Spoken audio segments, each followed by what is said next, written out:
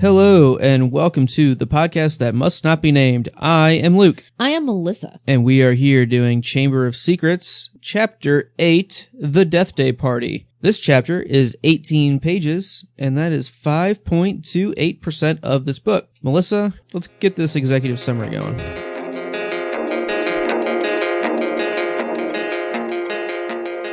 The school year is in full swing when, after a particularly wet Quidditch practice, Harry runs into nearly headless Nick. Nick is disgruntled by his rejection to join the headless hunt. Harry gets caught dripping mud by Filch and is in Filch's office when a giant crash distracts the caretaker, who runs off. Harry discovers Filch's letter from Quickspell, a beginning magic course. Filch returns, flustered by seeing Harry with the letter, and sends Harry off without a punishment. Nick finds Harry and informs him that he, Nick, convinced Peeves to create the disturbance, freeing Harry. As thanks, and to help Nick feel better, Harry agrees to attend Nick's 500th Death Day party. On Halloween, the day of the party, Hermione and Ron accompany a reluctant Harry past the Halloween feast down to the dungeons. A hungry Ron spots a table full of food, but is immediately disgusted by the fact that all of the food is rotten and moldy. As Nick goes to start his Death Day speech, he is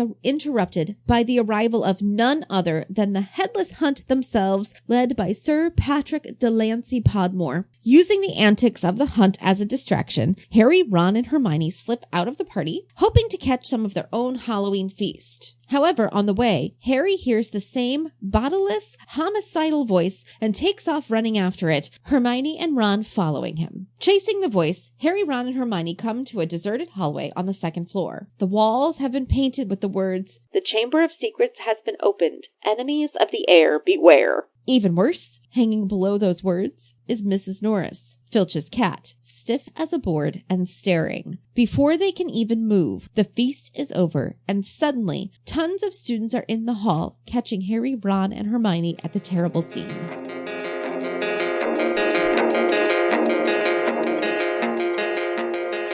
All right. Well, in this chapter, we have a few new character introductions, like quite a few. A ton.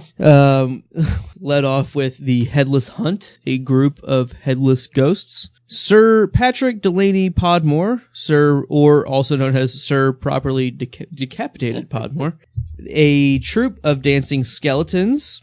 100 pearly white translucent people. An orchestra playing 30 musical saws. A group of gloomy nuns, a ragged man wearing chains, a knight with an arrow sticking out of his head, Moaning Myrtle, the Wailing Widow from Kent, Warlock DJ Prod of Didsbury, and his wife. We also had a couple of names that we've read about in the Quickspell advertisement. We have Madam Z Nettles of Hopsham and Warlock DG Prod of Didsbury and his wife. No, we already said that. I'll just go ahead and say it. It probably fits where you had it there. Warlock DJ Prod of Didsbury and his wife. Some new locations were introduced this chapter. It's interesting that we're still getting new ones. Yeah. Especially in the castle.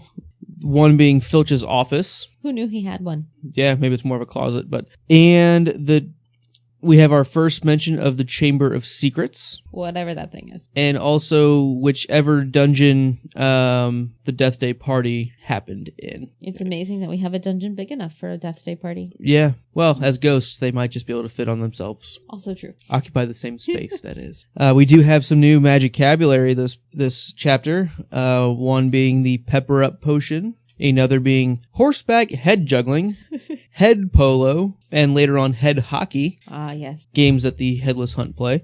We learn about the Quick Spell course. We learn about the Scintillation Solution, a Vanishing Cabinet. We hear the term Death Day. Mm-hmm. Care of Magical Creatures class, first mention of that. And also a Fire-Dwelling Lizard. Pretty exotic. Very.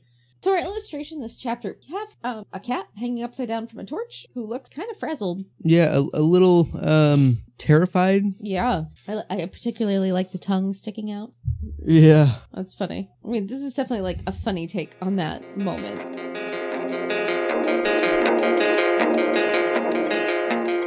All right, now let's jump into your notes this chapter. Okay, so Nick died on Halloween, I see. It's nice to know that information is there. Yeah. Halloween death. So, man, they were really out to get him, chopping his head off almost on Halloween. Nearly doing it. Yeah. Yeah. And we have our first official date. We do. We this is the moment, like, here it is, folks. This is the moment where everything else becomes part of, like, the real world timeline. You find out that, because there's no other dates in the entire series. Until way later on. Okay, well, I don't remember that. I just know that this is the date. So Nick died on October 31st, 1492. Because, oh, yep, that's exactly what it says. Yep, that is his death day. On the tombstone cake? Yes. So is that where it's written? Yes. 500 years later, and it has because to be this exactly is his 500th yes. death day. It's October 31st, 1992. And from that moment on, all the pieces of the timeline fill in. So last year is 1991. Book 1 happens during 1991 to 1992. Which means if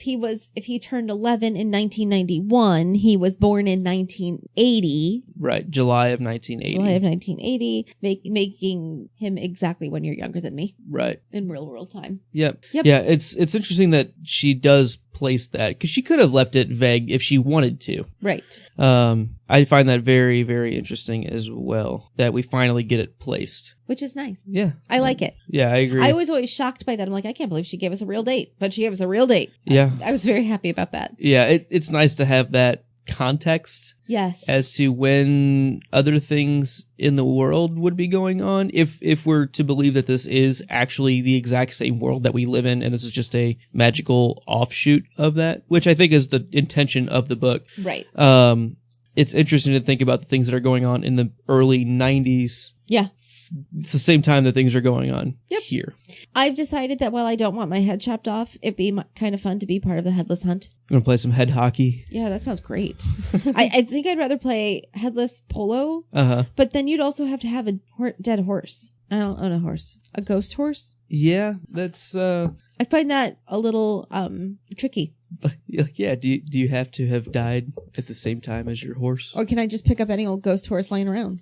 Is there a store for ghost horse purchases with my ghost money? A ghost stable. A ghost stable? Exactly. Do you feed? Well, I guess you don't feed a ghost horse. But no, but if you leave their oats out to rot, they can maybe taste them. there you go. So the music is like the saws and the nails on the chalkboard sound. I don't even think when I'm dead I'm going to like the nails on the chalkboard sound. I can't stand it now. Yeah. That and squeaky shoes on tile, which is why I don't like watching basketball. Like those sounds all drive me crazy, and I feel like that was her purpose. Let's pick really annoying sounds. I think even dead, I won't like those things. Yeah, well, until you're there. I'll let you know. We won't know. And hopefully that's no time soon. My other thought is, Moaning Myrtle. And the Moaning Myrtles of the world. So kids, just don't be a Moaning Myrtle. Not everything in the world. I mean, granted, I get she's dead. I get it. You're dead. But everybody else in the room is dead too, and nobody else is as complaining as you are. Not everything is terrible. I bet you can find something positive to look at about something. Yeah. It's almost like when she died, whatever her mentality that happened then, it's impossible to get past. I always thought that was just her personality, regardless of the moment in which she just was that kind. Ugh. You would think of however long we don't know when she became a ghost. Mm-hmm. But you would think, after a certain amount of time, you'd just get used to it. Well, but maybe not. But I mean, can you learn and grow and change as a ghost? That's what I'm getting at. We don't know if they can actually have any kind of development. Yeah, that's why I was thinking she might be stuck in almost True. exactly what she was when she died. Like Sir Nicholas is kind of stuck because, being a knight, or, at least having been knighted, he might be used to, being welcome places. And it's hard for him not to be invited or accepted into the Headless Hunt. So I think that almost plays a part into that as well. Right. Okay. All right, my first note here, along with our discussions on how Owlpost works, or how it seems to work, I find Ghost Post to be quite interesting also. It said Nick was carrying a transparent letter. So how does Ghost Post work? Man, I didn't think about that. I think this almost goes a little bit into your comments last book about Professor Binns and how does he grade assignments and things like that. How do the ghosts interact? This is really the first chapter that we've seen had a lot of exposure to ghosts firsthand. Not just, there are ghosts around and that's just interesting. It's not just textural things. This is actual ghost interaction. Materials? Like, how does an inanimate object become a ghost? Right. How do you make paper ghost-y? Right. I mean, it's How right do you along with the ghost horse. it? Like the whole ghost. Well, but at least the horse thing. can die. Yeah. It's not like paper dies. Well, trees die. Burn it? I don't know. Like I don't know. it's I almost feel like this was not thought through. You know what I mean? Like, it. I mean, logically, it can't make sense. well, and that's my point. Like, I don't think I can answer the question because there's no logic that I can justify it, even with like stretching of the imagination kinds Yeah. of things. I just think the ghost post is That's funny. pretty funny. Yeah, I agree. I liked the addition of the flu going around in this boarding school. Like, it's just a nice, real touch to Hogwarts proper. Because it would happen. Yeah, I'm sure it happens all the time. And it's Right. easily something that I think a lot of authors would miss. Right. That reality side. And I think JK does a good job of bringing that thing that everyone can relate to into it. Right. Of course they're going to get sick. And of course it's going to be passed around because it's a bunch of kids living in the same space. Right. Yep. I mean, sharing rooms. I mean, it's, Right. And bathrooms and yeah. yep. I really like the Harry and Nick relationship. It's nice to see that the ghosts are more than just mascots Yeah. or some kind of icons for the different houses. It's nice to see that Harry can actually kind of confide some of his troubles to Nick and vice versa. You know, Maybe Nick that's clearly the has point. emotions, and it's nice to see. Yeah, Like, maybe they're that's another the little point of mentor the ghost. type.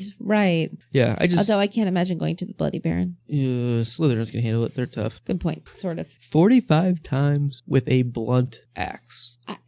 45 times. Like, that's just ridiculous. Do you think it was actually 45 times, or do you think Nick is exaggerating for effect? That yes, it was a lot, and yes, it was painful, and yes, it was blunt, and that's why it's not perfect. But like 45? And if it was a blunt axe, it's really, okay. If it's a blunt axe and he's cutting through his neck and all those different pieces there, and you can't get through that last little bit. I mean, you swung it 45 times. What's one more?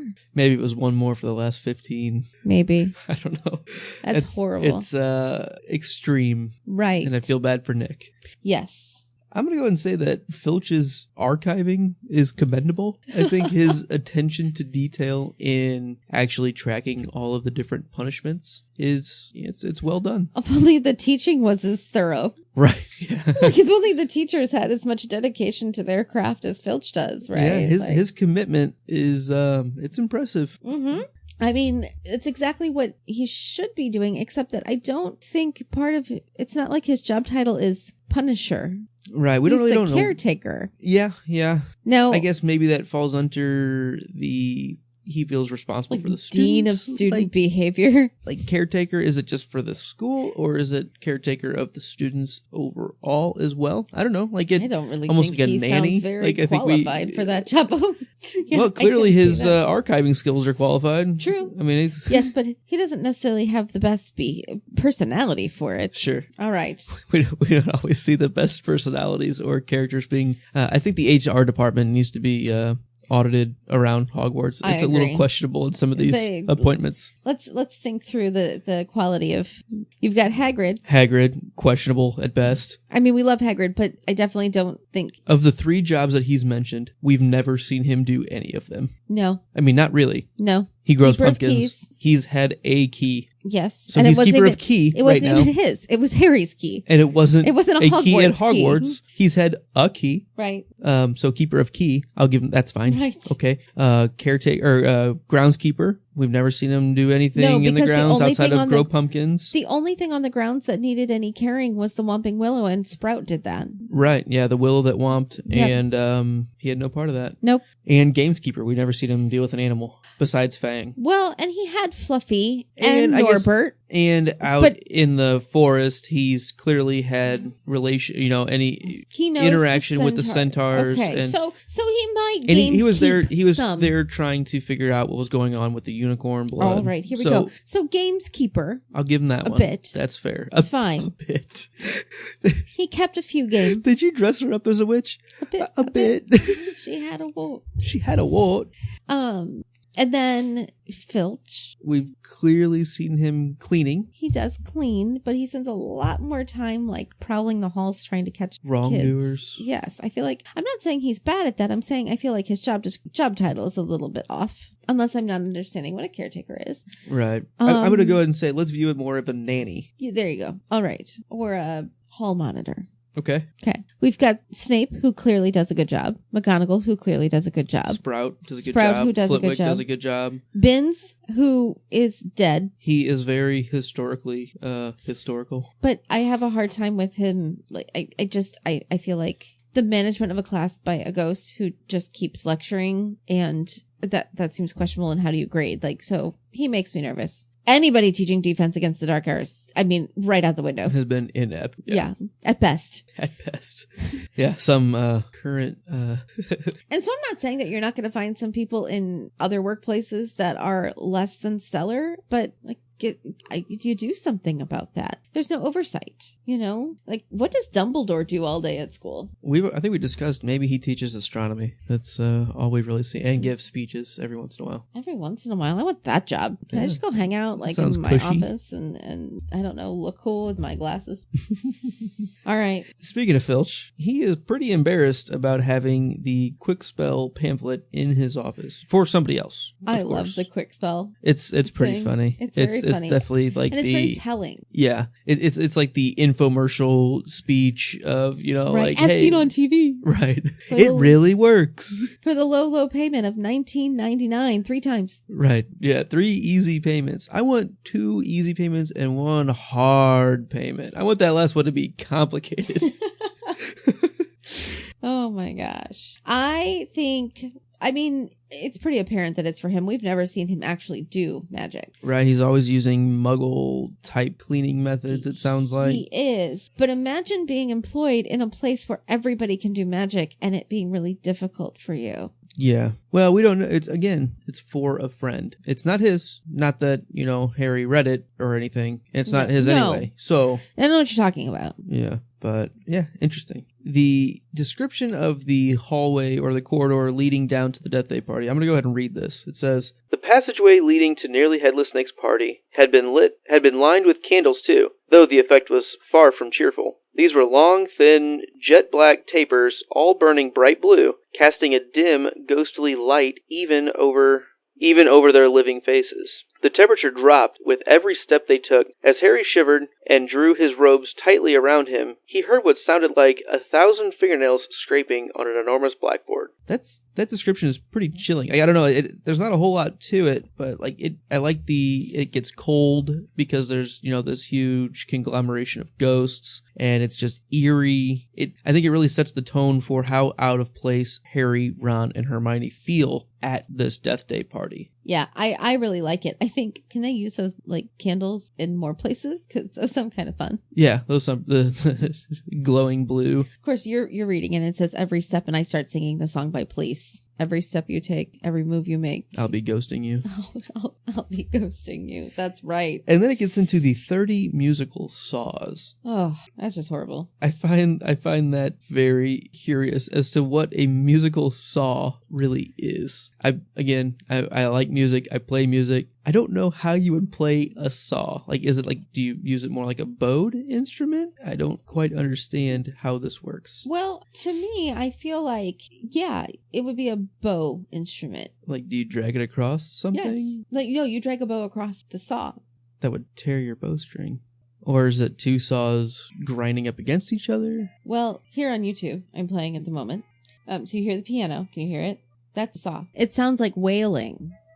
Like it sounds like a woman crying. Now imagine 30 of those. It does sound awesome. You know what? I'm going to put a link to this YouTube video. It'll be in the description.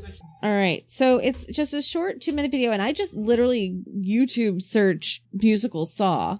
And so we'll play at least the first few bars of it for you. And then I will also, we will include the link to this particular video in our description of the episode, so you should just click right on there, and hopefully I think we can get that'll be on the website too, right, Luke? Awesome. And somewhere in there I know where to put this. I'm super excited that I found like outside stuff to have for you all.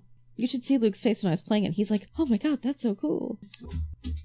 All right, are you ready? So here we go. Here is Musical Saw Duet.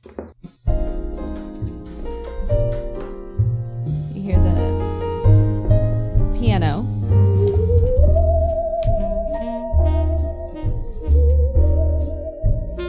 Yeah, and you can definitely hear the wailing sound. I never. It's not a bad sound. I always thought it'd be more scratchy and grindy, and because you thought it's actually of it as, really creepily beautiful. Like it really is. It's really perfect for a Death Day party. So I guess you thought it would be more scratching across each of the grooves as opposed to playing. They're playing. It's the wobble of the saw itself. The wobble makes the noise. That's so cool. And it's kind of like if you take a piece of sheet metal like a saw and whop it back and forth with holding each end, it would make that. But if you think about sound. A saw has that natural incline, so it has like a wider spot and a lower spot. So probably if you play it higher, That's up, what he's doing right now. I think he's Yes. at a very high note right now. Yes. So you can make a higher or a lower sound based on the width of that part of the saw. I think it depends on where you hold the other end, because you're going to try to shorten or lengthen the. Is he moving? He's moving. He's not moving his hand. He's holding the edge of the saw the whole time, but he's moving like it up and down to change the frequency of the wobble. So he's changing it to either make it a short frequency or a longer, bigger space. Okay, frequency. let's cite this video one more time, and let's go ahead and stop it here. This is called Musical Saw Duet. I just googled it on YouTube. Who's the YouTube artist? I'm gonna scroll and find that. The YouTube artist on this one is Chili Claus. There's a cool name. That's right. I'm gonna be a Chili Claus fan. Honestly, I'm looking at another one on here that's Somewhere Over the Rainbow on Musical Saws. So definitely check that stuff out. That's way the link cooler to this YouTube than I video thought is it was. in the description of our episode. Wow, that's all right. My mind's been been effectively blown. This is cool. I never would have expected it would have sounded like that. What did you learn today, Luke? I learned a lot about musical saws. And I love it. I might try to learn the musical saw at some point. In all his free time. In all my free time. Right. But okay, well, 30 of those you could do a whole orchestra. You could do a whole string type. It sounds like a string-ish. It almost sounds more like a theremin. If you've ever heard one of those, which is actually more of an electrical type instrument where it's very scientific sounding. Anytime you hear like really sci-fi, creepy, like Frankenstein type music, there's usually a theremin. It's like that gets a really wobbly sound as well. Definitely check those out as well. That's what it reminds me most of. So while the musical saws are playing, we see the cake in the shape of a tombstone. Yes. I like that. He is celebrating his death day. It's almost fitting, what else does a ghost have to celebrate, Well, yeah. So and I like that he's only celebrating his 500th. Like, it's not like he does this every year. This is a big one. Right. Okay. We also, you and I definitely like Peeves. Yes. The idea of Peeves and the idea of Peeves. He can be a little bit of a nuisance, sure, but the description that we get of Peeves is pretty interesting in this chapter. It says, unlike the ghosts around them, Peeves the poltergeist was the very reverse of pale and transparent. He was wearing a bright orange party hat, a revolving bow tie, and a broad grin on his wide, wicked face. So he's clearly not the same as a ghost. He is a paranormal entity, definitely, but he's not a ghost. No, he's a poltergeist. He's a poltergeist. So that gets into how is a poltergeist made? Or, where do they come from? Right. Because it's not like a departed human necessarily. No, but it's definitely not I don't know. Like, he's definitely like I want to say creature of the dead, but that's not entirely true either. Right. He's a paranormal entity. I don't know how to say it better. No. Yeah, no, I'm with you. So I like that we get a little more Peeves information here All as right. well. And Myrtle just seems so annoying. Oh, Like, she seems like she's Horrible. the worst. the worst. But Harry decides, with a little encouragement from Ron and Hermione, that they should probably get out of there when things aren't going quite Nick's way at the party. The Headless Hunt's there, Yes. and they're clearly kind of derailing the whole show. Right, and having humans there is making it a little uncomfortable. And that seems pretty embarrassing for Nearly Headless Nick. And I think it's almost a better friend move for Harry to remove himself and Hermione and Ron from seeing that. It doesn't hurt them either. It doesn't. It's definitely a Mutually selfish beneficial. move on the surface. Yes. And you could also say that maybe staying there, they'd be able to show support for Nick, but that wasn't going to happen. Right. So I think it helps Nick save face a bit with them Okay. that they decided to leave. So I can see it going both ways, but I think in this case, it's probably better for their relationship that they weren't there to witness the embarrassment longer. Okay.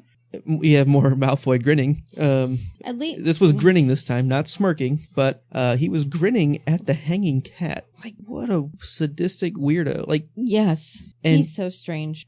you'll be next, Mudbloods, that whole thing. Like, it's How does he even know that Enemies of the Air is a right. strange I mean, little man? clearly he you seems are to a know sad, something. strange little man, and you have my pity. Yeah, Goodbye. clearly he knows something about this Chamber of Secrets. Yes. That and what the air of that might mean. But that's all I have this chapter. Let's get into your 5 burning questions.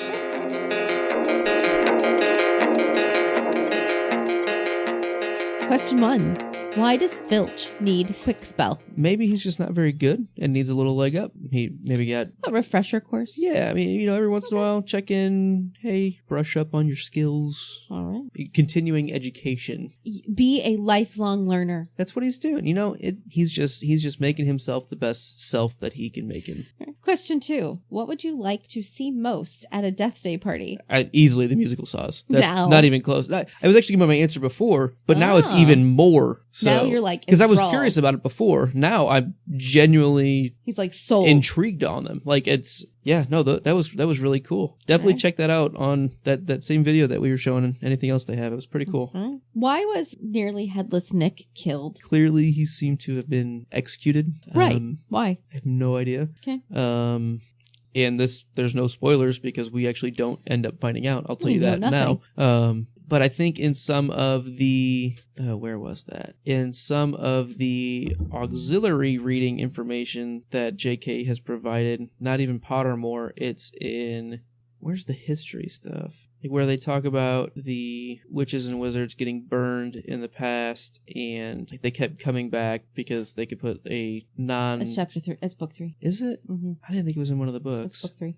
Yeah, I mean, it has to be. So maybe we'll revisit a little bit more about witches and wizards execution later on. But we don't really know why Nick specifically was taken out, but maybe it's a witch burning type deal. Maybe. So Okay. or a beheading All filling. right. My next question for you. What would your favorite Headless Hunt game be? Head hockey sounds. That sounds like you. I like hockey a lot. Go Blues. Yeah, that's gonna be my pick. All right. I think I'm going to stick with polo. Okay, I'd rather it be headless water polo, though. That sounds funnier. that does sound fun. It sounds fun too. Right. Yeah, Because you don't need to breathe. yeah. You wouldn't need the dead horse either. No. Right. How do they prepare the moldy food if the ghosts can't Sorry. touch anything? I can't get away from beating a dead horse joke, so had to Oh, throw you're that so in there. bad. All right. So how do the ghosts prepare for the party and prepare the moldy food if they are ghosts and can't touch anything? I think this gets definitely into the kind of the conversation we were having earlier, where like the ghost post, like how do they interact with different things, or do they have their own things? But I mean, Or clearly, did they like rent the space out from Hogwarts and you get the Hogwarts catering service, Right. Yeah, And like, this is like the menu we've decided upon, and so right. maybe that's it. I think it pretty much has to be. I mean, I Yes. think this is definitely hosted by Hogwarts. There you go. A Hogwarts party presentation. But I don't know. Like, I do find it very interesting that they let it mold so that you can almost taste it as they walk through it. That whole scene was pretty funny. I know. That probably would be the most depressing thing about being a ghost. Yes. I mean, there are many things I think that would be very depressing about being a ghost, but not be able to eat and wanting to. I don't like the not being able to touch anything. Like not ever being able to sit down. The not be able to pierce that veil kind of thing. Right. Yeah, no, that'd be pretty rough. Yep. All right. Let's get into what was your favorite line? My favorite line is, it says, "She haunts the toilet? Yes, it's been out of order all year because she keeps having tantrums and flooding the place. I never went in there anyway if I could avoid it. It's awful trying to have a pee with her wailing at you. Look, food," said Ron. So Hermione talking about why she doesn't use Moaning Myrtle's bathroom, and then saying it's tough to have a pee in there, and then Ron basically being like, let's not talk about you peeing because that's awkward. So let's change the subject entirely. I thought it was a very funny line. I would say in general there were some funny ones in here. My favorite line is Sir Nicholas talking, and he says, "Half an inch of skin and sinew holding my neck on, Harry. Most people would think that's good and beheaded, but oh no, that's not enough for Sir Properly Decapitated Podmore." That was one of the first things I think I laughed out loud to genuinely reading this book the first time even I read it. Yeah, that's pretty funny. Not good enough. No. Yeah, that's good. So with that, who is your chapter MVP this chapter? I gotta go with Sir Nicholas. It is nearly Headless Nick because it is his party. He saves Harry from almost certain detention. I think in general this is his chapter to shine, to gleam white, to transparate. Yeah, I'm gonna go with Nick. I think you're definitely right on that one. I'm going to give my honorable mention to, and I'm debating right now between 1 and 30 someones. 1 and 30? Either one person or 30 someones. You're going with the Saw people, aren't you? I'm strongly considering the musical Saws and the musical Saw orchestra, but I think I'm actually going to give it to Peeves here. Oh, interesting. He, aids Sir Nicholas in the dropping the vanishing cabinet and destroying that. Ian gets Filch off of Harry's case, enough so that Harry's able to get out.